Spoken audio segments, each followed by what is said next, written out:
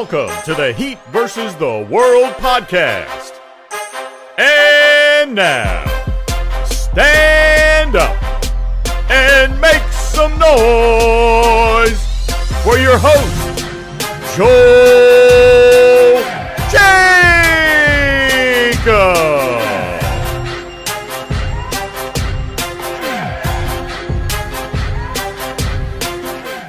What's up, Heat Nation? Welcome back to another episode of the Heat versus the World podcast. As always, I'm your host, Joel Jacob, and you can follow me on Twitter at JoelKJacob_. Without further delay, let's meet today's correspondents. First, we got George. Eating 5, baby. We don't play around. We got Anthony. 12 more to go, y'all. Christian. On to the next one. Kevin. Got the Hawks up out of here. And last but not least, Orchard. Let's go, Heat Nation. All right, so we all hyped, and y'all already know why. Because to begin today's episode, we got to talk about Miami closing out the series as the Heat send the Hawks to Cancun, even without Jimmy Butler and even without Kyle Lowry, as the Heat won it by 3, closing out their first series at home since 2016. Leading the way, you got Victor Oladipo with 23 points, 3 triples, 3 assists, and 3 steals. Bam Adebayo with 20 points, 11 rebounds, and 4 assists. Tyler Hero with 16 points and 4 assists. Max Strus with 15 points, 3 triples, and 5 rebounds. And Caleb Martin with 10 points and 4 rebounds. With Miami being officially away from the first round and moving on to the next round, what's everyone's reactions to watching the Heat win this series in 5? Start us off, George. I mean, there's no better way to do it than on your own home floor, and that's exactly what we did. We took care of business. We didn't even have to play Jimmy, who probably made up an injury, that the fact that he had to sit down, and so we could relax and watch it from the sidelines with Lowry. But no, this was a dominant performance, start to finish. The only reason why we lost the middle game was because Lowry got injured. It would have been Heat in 4, but Heat in 5 is just a sweep. I like a good gentleman sweep. We had a lot of standouts as well. We had a lot of really, really solid play for a lot of guys. Only, 2 guys averaged more than 30 minutes a game the entire time, which is, for us, we just run so deep. And there's nothing more you can say than we are one of, if not the best contender for this ring, especially if Phoenix don't make it out of the first round. But we took care of business. We played some of the best defense I think I've ever seen in any series that I've ever seen in my entire life. So big props to them. Big props for Oladipo to make his appearance and put his stamp on on this game. And we've got a lot of better games ahead of us. Mm-hmm. And how about you, Anthony? Well, the one specific thing I want to highlight about last game is something that we've seen every single game, is this team's ability to flip a switch. To me, that's the sign of a championship team. Now, you kind of would like to see them have it turned on 24/7, but human nature is to just kind of, maybe play down to your opponent slightly. But when they're able to flip a switch, it's truly amazing. Last game, they ended the second quarter on a 17-0 run. In game 4, they had the 24-4 run. Game 3, they had a 21-0 run. Not every team can go on runs like that. Like, I don't want to understate how impressive that is to have nearly a 20-0 run in every single game. So to me, the ability to flip a switch like that is the sign of a championship team. We saw that with the big 3 teams where they can kind of play lackadaisical for 3 quarters, but when it comes down to winning time, they flip a switch and can really turn the whole game around. That being said, they still have a very big issue closing games. And I hate to say it, if that was Jimmy in there last night instead of Oladipo, I'm not sure if they win that game, because when the Hawks were on a giant run, the big basket we finally got was Oladipo driving, and he kicked it down to Bam right in the dunker spot, who was able to dunk it in. If that was Jimmy, it probably would have been a pretty terrible contested mid-range jump shot. And then, the Hawks would have had, maybe they would have been down 1 instead of down 3 on that final possession. And it could have kind of changed things. So I still want to see them fix their late game execution and not get in some of these offensive spurts that they get in. But other than that, I'm really impressed with their ability to flip the switch. Right. And how about you, Christian? It was a great win, a little bit of a closer game. And I think that has to be partly because Jimmy and Lowry were both on the bench for that game. But just in the series as a whole, Trae Young for the season averaged 28.4 points per game. In this series alone, he averaged 15.4 points per game. So Miami greatly reduced his point total, almost by half. They were locking Trae up. Now, in this last game, DeAndre Hunter got 35, and that's expected because you kind of sacrifice giving other players opportunities when you guard someone that close and that hard. But just throughout the series, Miami was a defensive presence, and they made sure that Trae Young shot super ineffectively from the field and from the three-point line. It was a really pleasant surprise to see Victor Oladipo get some good minutes and score 23 points. There was one possession where it was kind of late in the shot clock. Oladipo had it in the left corner. He did some sort of like half spin, step back three, where I said, oh my God, if he misses this because Atlanta was getting really close, it's going to be bad. And he drained the three. So after all the layups, you could just tell it was a good night for Oladipo. And it was a great night sort of for him to get back in rhythm because we haven't really seen a great scoring output or even great minutes played by Oladipo since that Orlando game to end the season. So I just like seeing Oladipo hit the floor a little bit more, especially if Jimmy's not there, for someone to pick up the scoring load. Bam had 20, so he contributed a lot as well. And I just think going into this next series, hopefully what we're going to see is that Oladipo picks up a couple more minutes at the beginning of the series, even if the whole Heat lineup is healthy. A good 15 minutes from Oladipo could definitely get you 10 to 15 points, and that could be the scoring difference that they need heading into this Eastern semis round. And what's on your mind, Kevin? Yeah, man. I just think at the end of the day, the saying is said that, defense wins championships. And that's the same thing with this Heat team. You're seeing, different teams around the league with elite defenses. But I just thought, last night was an overall show. Victor Oladipo made the most of his minutes. He was hooping. He was getting to the rack with ease. Like I've been saying, that he just has that ability. Like, even though he doesn't have necessarily the same athletic gifts as he once did when he first came into the league, he's still super talented. And his defense did not take a step back at all. Even when he was in that, short stint in Houston, his defense was still locked down. So I was glad to see him come in. Max Strus was big. I love that for him. I think that was probably his best. You can make the case that was probably his best game in this series. And overall, it was just a great team effort. So I enjoyed it. It was a fun series. What we did to Trae Young was special. I won't put all the blame on Trae Young because I just think he needs some more help, but that's another conversation for another day. But again, the Heat did what they were supposed to do. They handled business. It was an exciting first round. I can't wait to watch for the next one, whoever that is. How about you, Orchard? That was a great win. A little bit stressful at the end. I think all of us were getting a little worried in that fourth quarter. It's a common problem for us, so I'm not surprised. And the other thing to keep in mind is that it's an elimination game. Atlanta is going to be playing their strongest to keep their season alive. So, I think it was a little expected from them to go on a big run in the fourth quarter.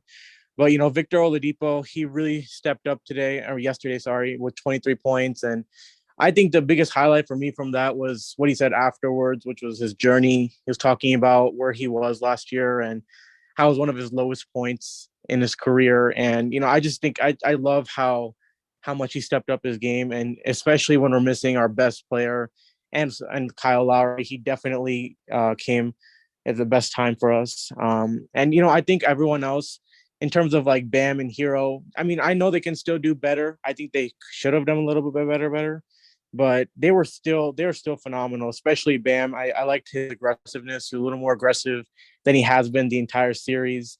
I think my only main concerns was the rebounding. We got out-rebounded 42-33, and I feel like that was one factor going against us. But, I think that's where you need Jimmy. He's an aggressive rebounder on both sides. So I'm not too worried there. I think we'll do a better job rebounding once he comes back. And 3-point shooting was a little bit off too, but that kind of cancels out because Atlanta also shot pretty poor from 3-point line. So overall, I am so happy that we advanced to the second round. And yeah, you're right. And I've been talking about it throughout this series. Like, the Miami Heat defense has been amazing, and it's only poetic that the game ended with Miami clamping up Gallinari and then Miami stealing the ball once. I think it was DeLon Wright who got the rebound. I mean, I believe that's how it was. Overall, it was just such a great series to watch.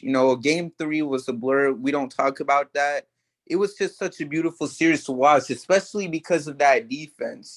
One thing I'll know is that while he's chilling in Cancun, one song that Trae Young is going to be listening to is Locked Up by Akon, because the Heat just clamped that man up for the whole series. I mean, correct me if I'm wrong, but he only averaged like 15.4 points this whole series, and I get it, it's only been his fourth playoff series ever, but the fact that Miami was able to give him one of the worst playoff matchups ever so far in his career. Like, it's just such an amazing thing to see from this Heat team. And you can't wait to see what they're going to do, because the competition is only going to get tougher. We know that. But if there's any team that's ready for it, it's the Heat. And I know we all agree with that.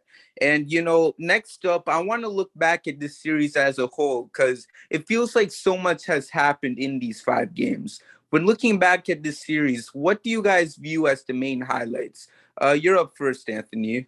Well, I mean, not to keep touching on this, but because pretty much everybody mentioned it. But again, for me, it's the defensive masterclass that this team put together. I have a couple interesting more stats on that. I don't know if y'all heard, but Trae Young actually had more turnovers than field goals this series, which is just unreal. And if you want a stat to throw in these Hawks fans' faces or these national media who watch nothing but the All-Star game, that's a beautiful stat that you can throw in there. He shot 18% from 3 on the series, minimum 35 attempts. That's the worst all time, tied with Westbrook and Lou Dort. The Hawks in the regular season, they had the first place half-court offense. And during this series, they dropped all the way down to a rate that would have been 25th during the regular season. And just the most impressive thing for me is how often this Heat team played the full court press. To me, that's my favorite thing in basketball. If you want to win a game, if you have heart, get a bunch of guys in there, rotate them in and out, play full court press, make the other team uncomfortable. So I just want to shout out Gabe Vincent and Caleb Martin and PJ Tucker for doing an incredible job of that all series, especially PJ Tucker. That's unreal at his age, at his position, at his size. Obviously, he's not a huge dude height-wise, but, he's not super skinny either. So to be able to move his feet like that laterally is incredible. And that goes without saying, because he actually leads the playoffs in plus minus, PJ Tucker, with a plus 71.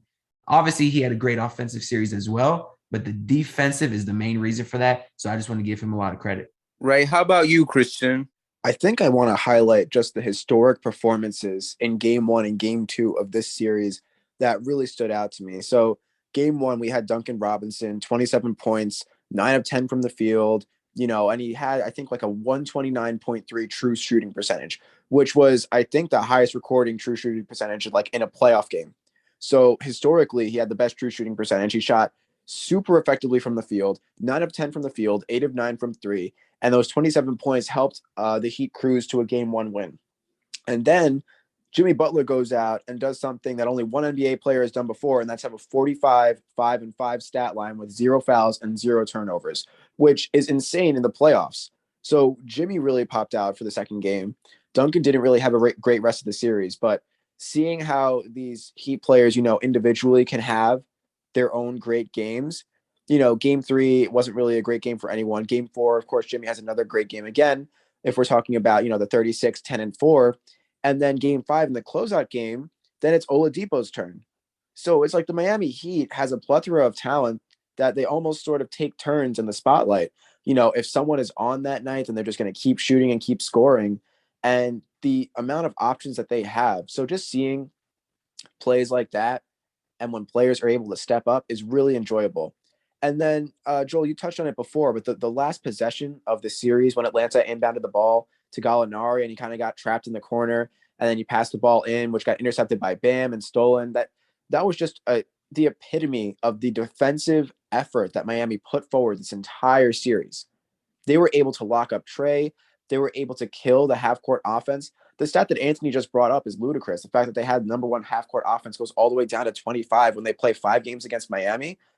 That just shows you the effect that Miami's defense had on these Atlanta Hawks and throughout the whole series. Even regardless of whether or not Clint Capella was there, it wouldn't have helped the Hawks that much. So I just think that overall it was a great series, kind of a great appetizer for the rest of the playoffs for Miami. And just, it's going to show you how Miami progresses throughout the playoffs as a team. Right. And you, Kevin? Yeah, I think one of my standout performances, my favorite performances was definitely, like Game 2 where Jimmy just put the team on his back. and just dominated from start to finish. And he was just still showing us that like he's still at a top level. You know, a lot of people love to doubt his game because he doesn't really go too hard in the regular season. But when it's playoff time, you know, aside from last year, but you know, even every great player has had a bad playoff performance. And that was literally Jimmy's first one last year on a year where we had a short off season and he had to carry us in the regular season just to even get to that point. So I wasn't too harsh on him, but Jimmy's always been that guy, man. Again, like postseason, he's a big time bucket getter. He's turned into a much better playmaker over the past few years, especially in Miami. And he just turned it up to a different level. And I hope to see that continue as we get further and further into the playoffs. And then again, last night with Victor Oladipo, man, like all the injuries he sustained, if most people that would go through those type of injuries, they would probably either retired or just gave up on basketball completely, you know what I'm saying, and went and pursue something else. And to see that Vic still has love for the game, to see him grind, come back, you know, have that support from his teammates, never, you know, pout. You know, it's probably some dark days for him, like he said, but he persevered. And that's what, you know, not just basketball is about, but life is about. And Victor Oladipo did that. And to put on that type of performance to close out a series and win a series, and I think I seen a stat where this is like the first round series that he's gotten out of. Shout out to Victor Oladipo, man. So that was super dope to see too. So those are probably some of my favorite. And also shout out to PJ Tucker too, because man, a lot of people thought he was cooked last year. You know, obviously he won a ring with Milwaukee, but people thought, you know, he was getting up in age. He wasn't the same. A lot of people say he was just a spot up, you know, corner 3-point shooter. And Spo has completely, you know, revolutionized his game. And he just does pretty much everything that this team asks out of him. So I got to give a shout out to those three specifically. Mm-hmm. And what about you, Orchard? What's some of highlights you got in your mind? I feel like a lot of pretty much everyone covered most of it, but you know, one thing was the defense.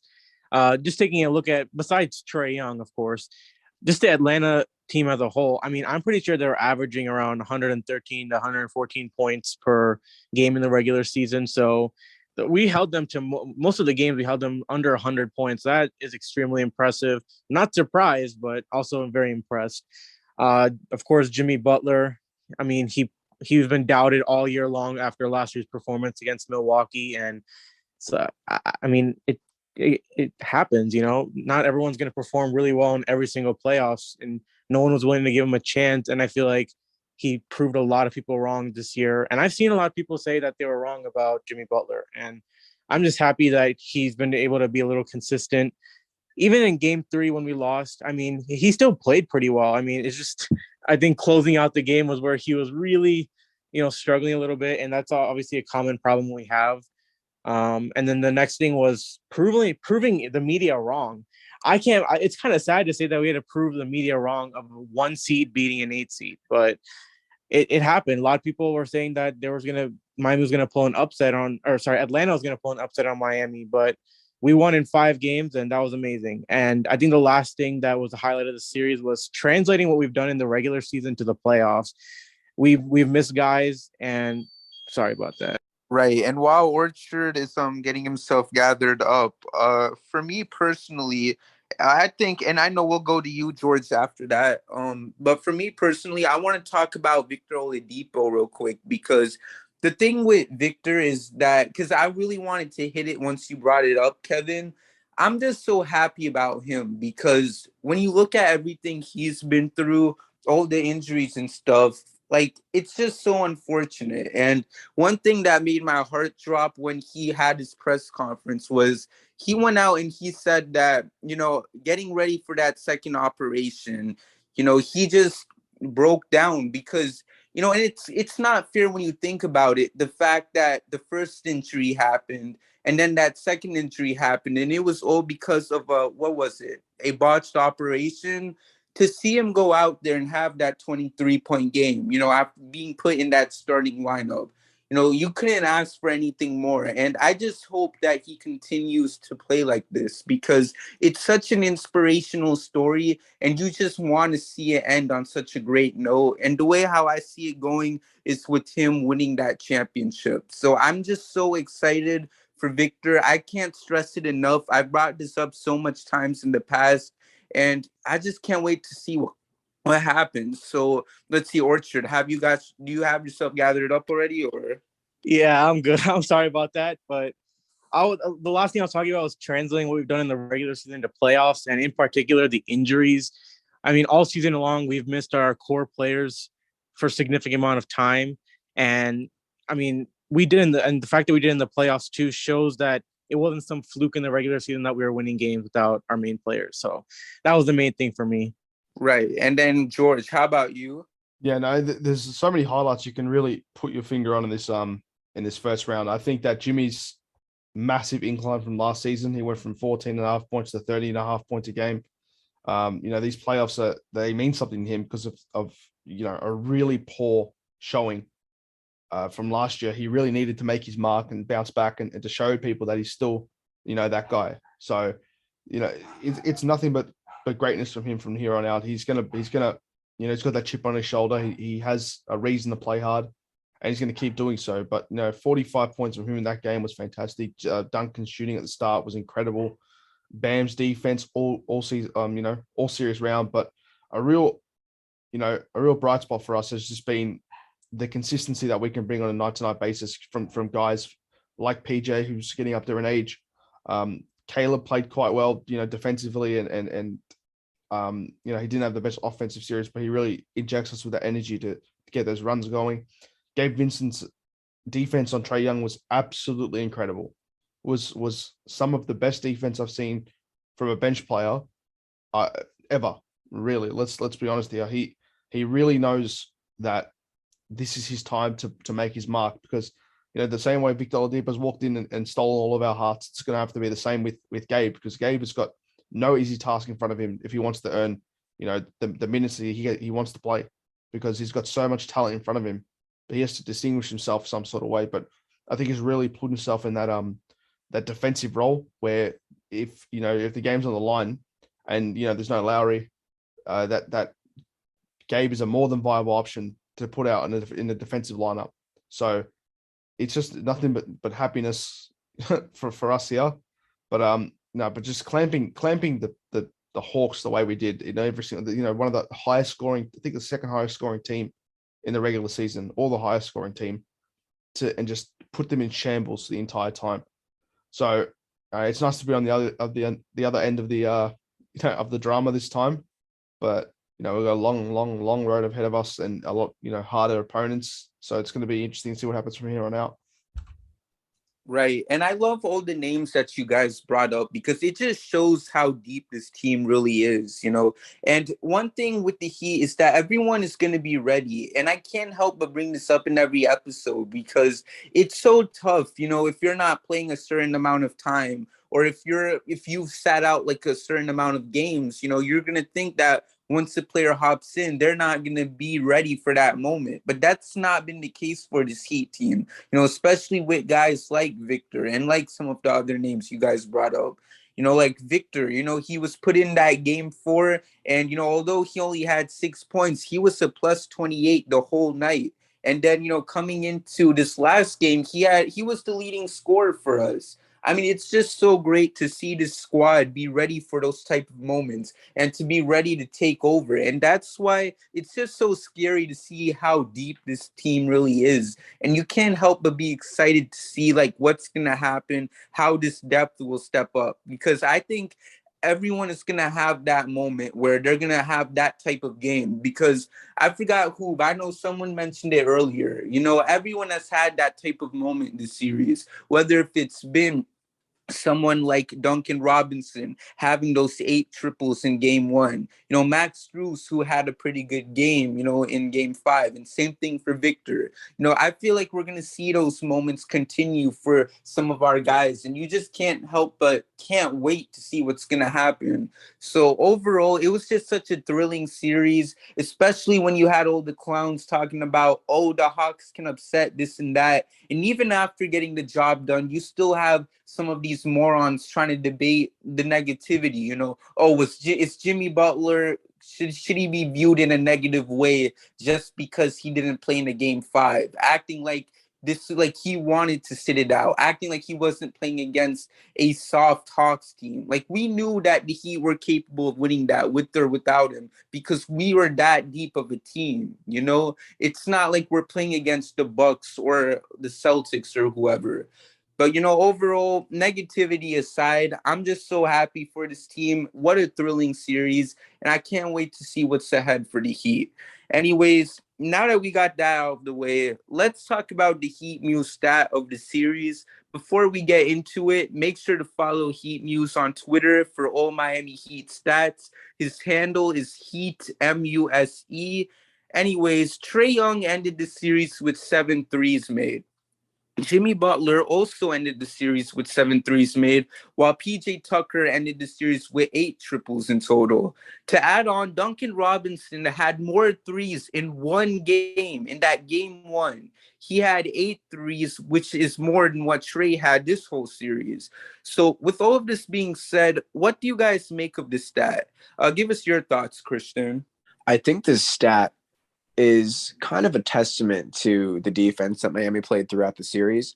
They weren't allowing Trae any easy threes, so they were certainly giving him, the even deeper ones, but without even really being able to get into his rhythm, he just wasn't effective from the field.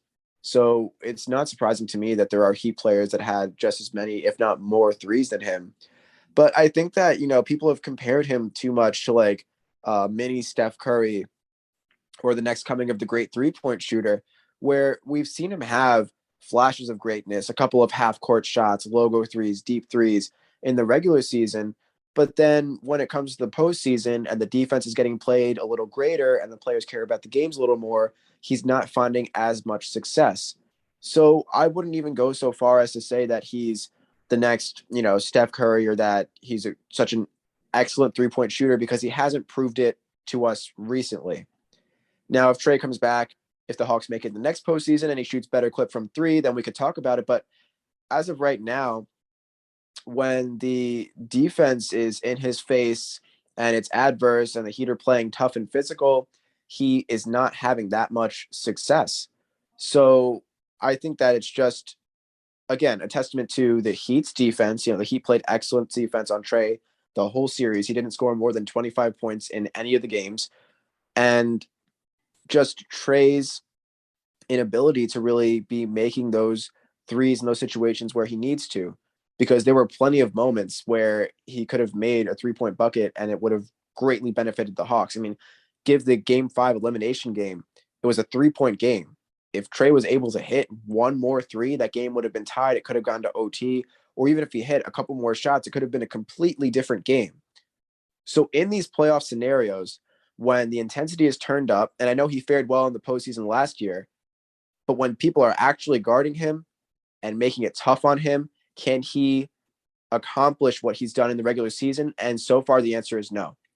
So I think it's an excellent stat by HEATMuse, and I think that we're going to have to keep an eye on Trae in the coming playoff series, or even in the next season, to see if the Miami Heat might have actually figured out how to defend him and limit his effectiveness from range. Mm-hmm. And then, Kevin, how about you? Like we've all been saying, man, it's just a testament to our defense, picking up Trae Young full court.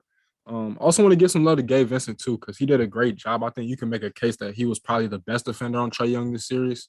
And really, again, just picking him up full court, never letting him get any clean looks, or rarely letting him get any clean looks, and just making him feel uncomfortable at all times, and pretty much just living with, other Hawks players trying to kill us. And so they couldn't.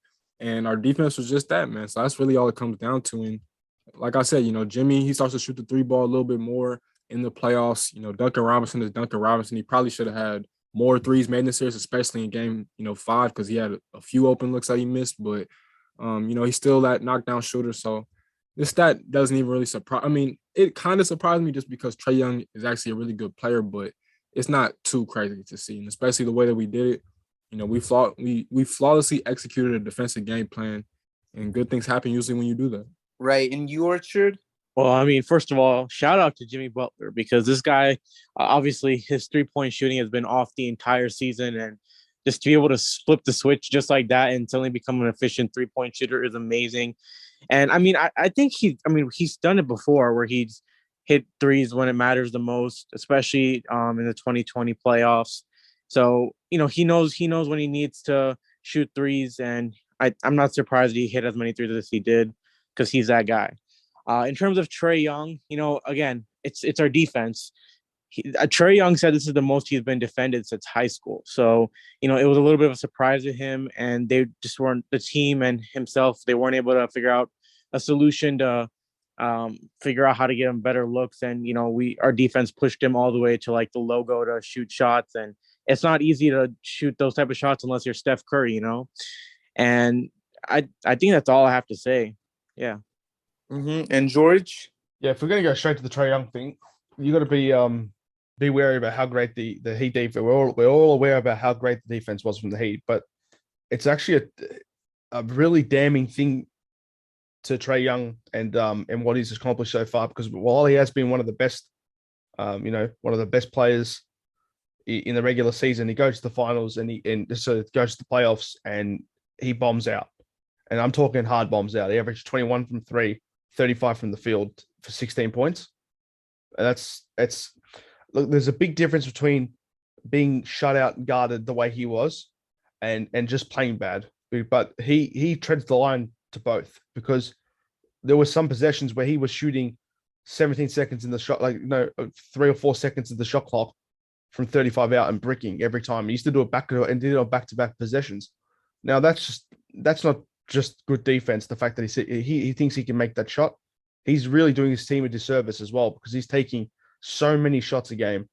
And while the games weren't close, those games could have been a lot closer and a lot different stories if he was shooting a little bit more effectively, making the right pass. And for a guy who passes the ball at one of the most elite levels in the league today, it was surprising to see him play that badly. But if we're going to go to the other side of the coin, Jimmy, we all forget, we all have short memories sometimes about the mantra of this man. He's not just, he's not a regular season player. He really isn't. He takes long breaks for injuries. He takes games off. He even says it, I don't need to score. I want my teammates to score. But once it hits playoff time, you see Jimmy in full effect. There's no and ifs or buts about it. He is one of the best playoff performers we have in the league today. For this year. Last year it was an anomaly. Really, it was. You won't ever see him do that again. So I have full trust in him. I always believed he could be a half decent 3-point shooter as well. And I feel like after seeing what he's done, he can make the adjustment and to incorporate it more into his game to really hone in that this is something he needs to pick up to be, a more complete player moving forward. But yeah, look, it's a great performance by Jimmy, great performance by the team, and a really bad one from Trae Young. Right. And how about you, Anthony? Well, everything these guys have said has, of course, been 100% accurate. You want to give all the love to the defense. But I'm going to take a little bit of another route, and I actually want to talk about the Heat offense. Now, I'm pretty sure I'm alone on this, but I actually really love Hassan Whiteside. I'm a big fan of him still. I fell in love with him. When his first year here, he came out of nowhere. He was super exciting. And to this day, I still love him. But anyways, for that reason, I want to take his quote that he said, "We have shooters." Now, I know he said that when he left the Heat, but he ended up obviously looking stupid because that year is the year we got Duncan Robinson and Tyler Hero. So I just want to give a credit to the depth that the Miami Heat have, just basically at the scoring position, at the shooting position. I remember the days when if you needed a three, it was Wayne Ellington or bust. But now you got guys like Tyler and Duncan and Strus, and that is so critical, especially in the playoffs where you can't afford to lose a game. It's so critical because if one guy is off that night, you have another guy that can step up. Obviously, Duncan had the big first game. Strus got off to a little bit of a rough start. And then as Duncan, has been in a little bit of a slump again, we've seen Strus pick things up. Last night, pretty much everyone was cold, but you still had Strus with a nice game from 3, Depot with a nice game from 3. So just having so many guys that can actually hit the 3 ball is critical. And the whole Jimmy Butler thing, that just adds another dimension if he's going to continue shooting like this or close to it. That being said, though, I still don't know if I like it. I felt like he went kind of overboard in that game 3 because he took 5 threes and all of them were in the fourth quarter. That's just, he needs to do a little bit better job of that. But regardless, if he can give you close to what he's been giving now, the team's truly unstoppable and so dynamic, and it's going to take them a long way. I agree. And for me personally, I specifically want to talk about Jimmy because Like you guys said, he's been off with the 3-point shooting throughout the season. So the fact that he's able to make his shots, specifically that dagger in game 2 where he had the 45-point masterpiece, it was just such a great thing to see. And overall, it's not even just Jimmy. Like we brought up PJ. And, the thing with PJ was that I brought up in one of the pods earlier ago was that, after the All-Star break, he kind of struggled with the three. So to see it come back, especially in that game 3 where he almost had that game-winning shot before Trey went and ruined it. Like I said, game 3, we don't care about that. But, to see him starting to make his shots, it's just such a great thing that you could see from him, especially come the playoffs. And, Duncan Robinson, it goes to what we said earlier, how we're going to have players have really good games and step up for us. So that 8 3-pointer game come game 1, that was his type of moment. And hopefully we see more of that, so overall, it just shows not only how much our players stepped up for this, but it also shows how great the defense was too. And I'm not going to keep talking about that because I feel like that's been one of the main things we've been praising throughout this episode. So yeah, but anyways, overall, it's just such a great stat to see, and hopefully we see more of that moving forward.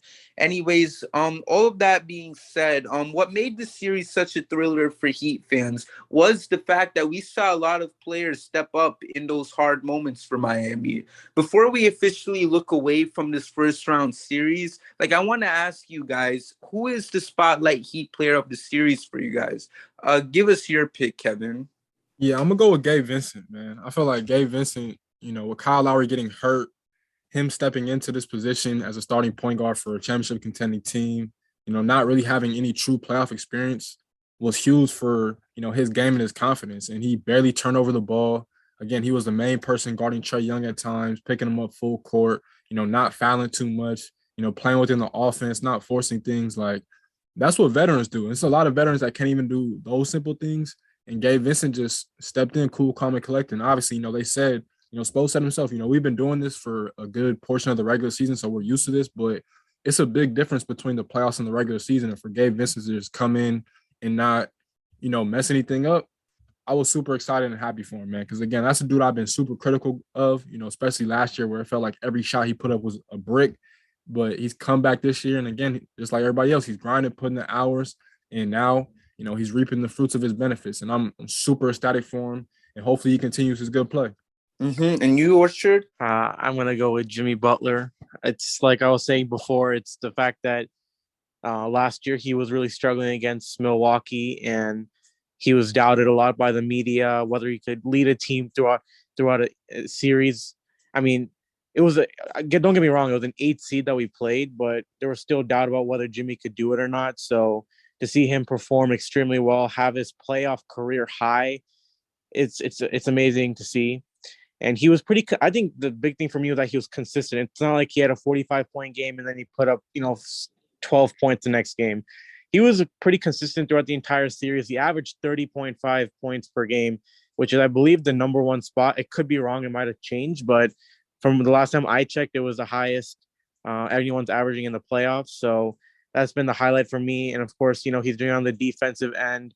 I think the highlight from the defensive part from him was the interception he had when John Collins was trying to inbound the ball. So I just think that it's not just his offense that was amazing, his defense, his mentality, all of it.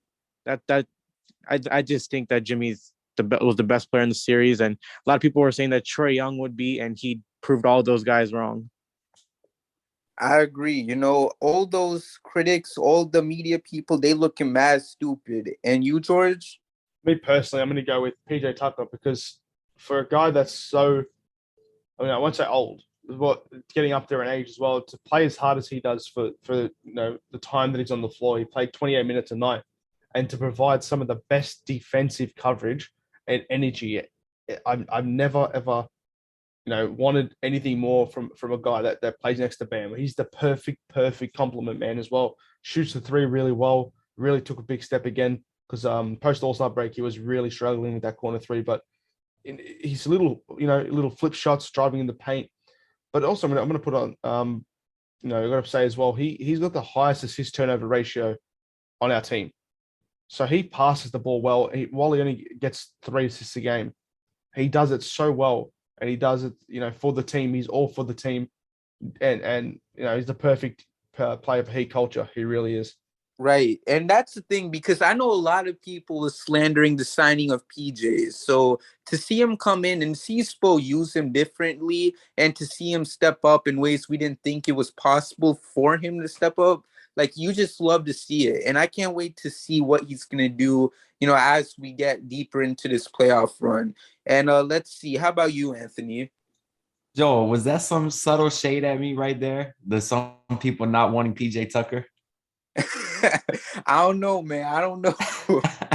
Listen, I thought, I didn't obviously watch a ton of PJ Tucker before he came here, but I was definitely wrong about him. He's been awesome. Anyways, Jimmy Butler's been the best player in the series. Those of us who actually watch basketball, all of us knew that going into this series. But for my spotlight player, I actually want to give it to Julius Randle in the New York Knicks. They were so terrible last year that this man, Trae Young, thought he was some kind of god on the basketball court. But no, you're not playing against Derrick Rose now. You're not playing against Emmanuel Quickly or RJ Barrett. No, you're playing against a real defense. It ain't all sunshine and rainbows and shimmies and whatever when you're playing against a real defense. He ain't playing against Ben Simmons either. Well, nobody is. That man doesn't step on the court. But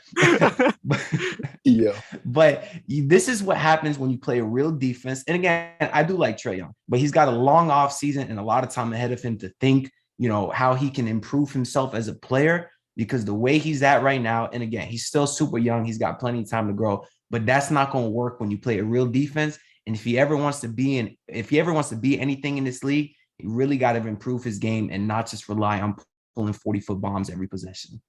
I agree. And let's see, you, Christian? Man, how do I follow that up? That was way outside the box. But I'm going to select Max Strus for my spotlight Heat player. He's been consistent and averaging 14 points per game as a starter for Miami in these playoffs. Over the regular season, he averaged 10.6 points per game. But I also like to look at in the postseason last year, he only played 2 games, garbage time. He averaged 3 minutes, and he only took 1 shot. And in this postseason, he's draining threes left and right. He's averaging 14 points. And he's just been a pretty prolific starter for the Miami Heat. He's like the 4th or 5th option, but whenever his number gets called, he's ready to shoot. So he's been a great addition to Miami as a starter. And in this playoff run, he's just been valuable to them to hit the shots when they need him. Mm-hmm. For me personally, I'm going to say Jimmy Butler, just because of this one stat, which honestly intrigued me so much.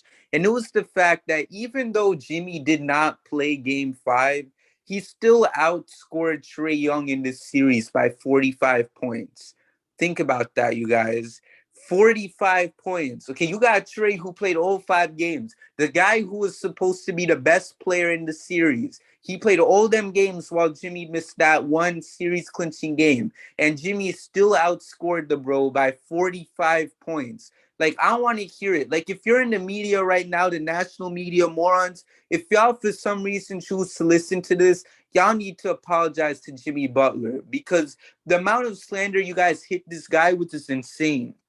Oh, Trae Young is about to do this and that. Trae Young about to do that. He ain't gonna do anything because the Heat had him locked up. He was out here singing Locked Up by Akon this whole series, and he was not having it with this Heat team. And Miami decimated him. They decimated that whole team. And Jimmy Butler, y'all need to stop. And if y'all ever refer to Jimmy Butler's performance as him playing in the bubble, then you just need to stop calling yourself an expert, because he's been that dude. We said this in the last part. He's been that guy. He is him, and we know he's capable of doing this. And this isn't just some bubble stuff, because he's been that guy since day one. And if you don't believe that, then you're just a simple moron, and you just simply got your spot for God knows what. I simply don't care at this point, because at the end of the day, everyone who listens to this podcast, everyone who's here right now, we know what Jimmy Butler is capable of doing. And at this point, if you don't want to respect him, or at least just consider the fact that he's actually a good player and that he didn't need a bubble just to be the guy that he is, then you're just simply an idiot. And that's all I'm going to say about that. Anyways, now that we just addressed that, yeah. Before we end that segment, we also would like to hear the listeners, everyone's opinions about who the Spotlight Heat Player of the Series is. So if you're watching this on the 5 Reasons Sports Network YouTube channel, go ahead and comment down below and tell us who your Spotlight Heat Player of the Series is and why. So now that we've addressed everything about the Heat's first round series, let's talk about the second round for Miami, as they'll be facing either the Sixers or the Raptors. Now, although the Sixers had a 3-0 lead on Toronto, Doc Rivers continues to surprise NBA fans everywhere by coming up with new ways of choking. All facts aside, what is everyone's expectations for the Heat in the series against Philly or Toronto? Start us off, Orchard. I think the biggest thing is that everyone's healthy. First of all, I'm really hoping. I think Jimmy will definitely be fine, but with Lowry, I'm not sure what his status is yet. But I think the original report is that he would just be out for the first round. So just prayers to Lowry and hope he's all healthy for the next round. But I think the biggest things is we've been talking about it throughout the entire series when we were talking about the negatives of the games, and obviously I'm about to translate them over here for my expectations. I think the one thing is turnovers. I think Philadelphia is actually pretty good with their turnovers, if I'm not wrong. And so they're definitely going to we're going to have less opportunity to score off their turnovers. So we definitely can't do what we did in Atlanta series and have a bunch of turnovers. That's something I really liked about game 4. We had, I believe, 1 turnover in the first half, which was absolutely amazing. And I'm really hoping that we can translate that into the next series. Closing out games, it's not going to be Atlanta. It's going to be Philadelphia/Toronto. Sorry about that. And both these teams are the teams that can definitely come back, and if we give them even a small opportunity to do so. And I'm a little afraid that we're still going to do that. So we just got to step up. In terms of our defense, keep up our defensive effort. I think our main target is probably going to be Joel Embiid if it's the Sixers, or Pascal Siakam if it's the Raptors. They've all got some really good shooters, some good young talent. So it's not going to be the situation where we just focused on Trae Young and we didn't have to worry as much about everyone else. I think both these teams have some very good role players and starters. So we're definitely gonna have to, keep the same defensive mentality. In terms of our offense, I think if we can keep up our 3-point shooting, besides the last game, that would be great. I really liked our 3-point shooting throughout the series. And besides that, I think that's the main points. Just let's go Heat Nation. I love it. And you, George? Yeah, regardless of who we verse, I'm desperate to see a 7-game series out of this matchup, because the prospect of the 76ers blowing a 3-0 lead is something I've been dreaming about for a long, long time. If you know me, I can't stand the Sixers. Their fans are idiots, but I'm really, really looking forward to seeing Raptors push it to 7, because they deserve it. And Joel is injured and he's playing through it, and Bam had to take 7 weeks off from that injury. So he's not going to be the same. So I think that regardless of who we verse, we're going to verse a Joel Embiid injured 76ers team with the most overrated shooting guard in NBA history in James Harden on that team. Or we're going to verse a team in the Raptors who, we've had really, really good games against, but, it'd be a nice narrative to get Lowry to beat his old team to push us to the conference finals. But regardless of who we verse, we're going to be ready, because we've got the best defense in the NBA. No cap. We're regardless of who you throw at us, we're going to have, in my opinion, the best odds to beat them. We've got home court advantage as well. A lot of stuff going our way. So, I'm just looking forward to watching the rest of the series play out. But if it does go to 7 as well, it gives us a bigger advantage, because it gives our players more time to get healthy. We saw Larry go down with a hamstring. We don't know how long that's going to be. Jimmy, I don't know how serious his injury is, but I doubt that he'll miss any time. But the other one as well is Caleb Martin, because Caleb Martin hurt his wrist, went to the locker room, came back, pulled his hamstring, and still played. So I don't know what that guy's deal is, but he needs to chill. He needs some time off and some much needed rehabilitation. But regardless of who we reverse, we're gonna win. I don't care. Love that confidence. And how about you, Anthony? Well, I'm kind of torn on who I want to play. On one hand, Philly sucks, so it'd be Heat in 5. But on the other hand, Toronto winning means that Philly would have blown a 3-0 lead, and that would just be the funniest thing that I've probably ever seen in my entire life. And also, too, if we play the Raptors, their fans hate me, so they give me a ton of views on my YouTube channel. Y'all can find it if you search Anthony DiNardo, but they hate me over there. But I love it. I get great views, so I'll take all the hate I can get. Now, if you're asking me for a prediction on who we're going to play, I honestly don't believe that there's any way the Philadelphia 76ers can blow a 3-0.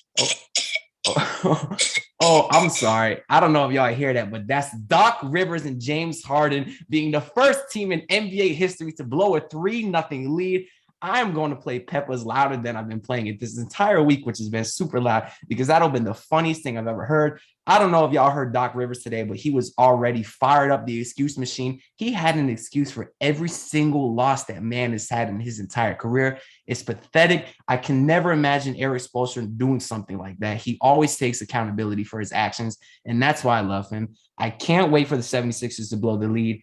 And then the Heat are probably going to lose in 6 to the Raptors because Precious Achiuwa scares me. But we'll worry about that when we get there. Lord, first you said that, and then there was the fact that it sounded like you had a dying patient living in your house. I was low-key concerned. I was about to be like prayers up. But let's see. Anthony, you went up. Christian, how about you? Man, there are leaves, there's bubble gum, there's balloons. There's a lot of things Doc can blow aside from my mind on how many leads he can blow that would be more beneficial to the NBA. I can't believe how ineffective this man has been at closing out series. Being the only NBA coach to lose 3-1 series leads in the NBA playoffs is something astounding. And I think that's a feat that even if another NBA coach tried, could probably not be accomplished in the near future. Aside from that, I do truly believe that Doc could blow this lead and we'll be playing Toronto in the second round. So it just seems likely to me that there are going to be a couple challenges with facing Toronto. They do have the COVID guidelines still, so Heat players would have to be tested in and out, and those tests could mean Heat players get scratched from the lineup before games in Toronto.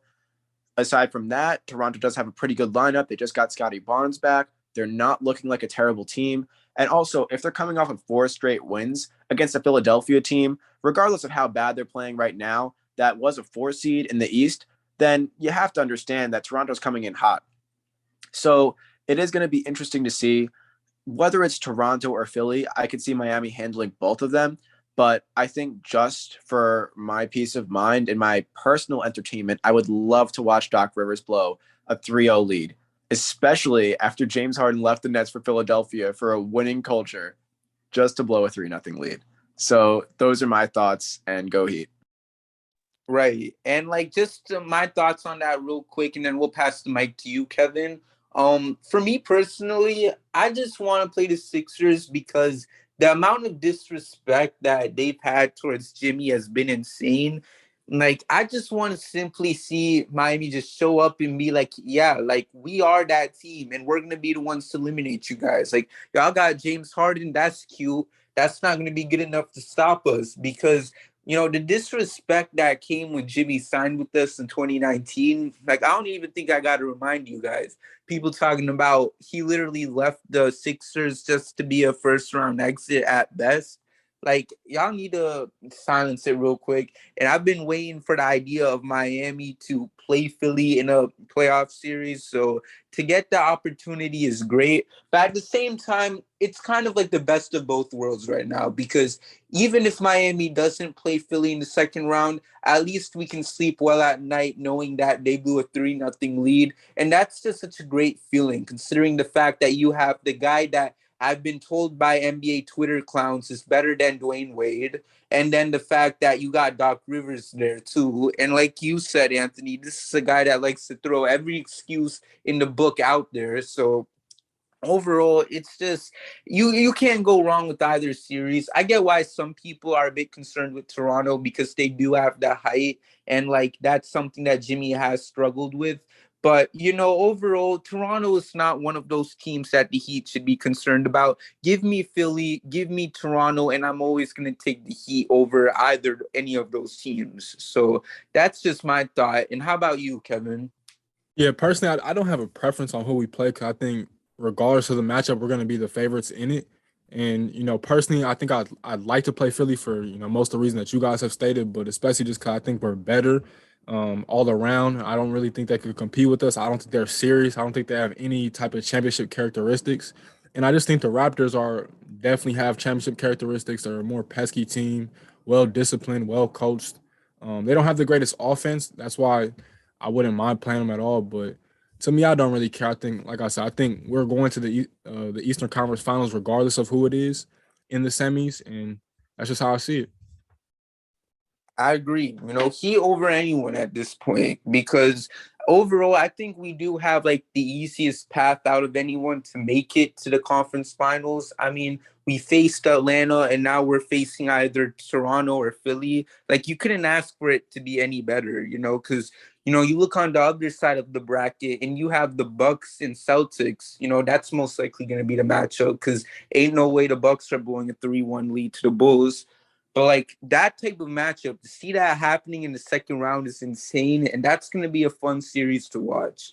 But can't wait to see who the Heat play, and I just like I said, Toronto, Philly, you name it, I'm gonna be ready for that, and I know you guys will be ready for that series too. And I know the whole squad, over there from Miami is gonna be ready, and they're gonna be ready to get back into that conference finals picture.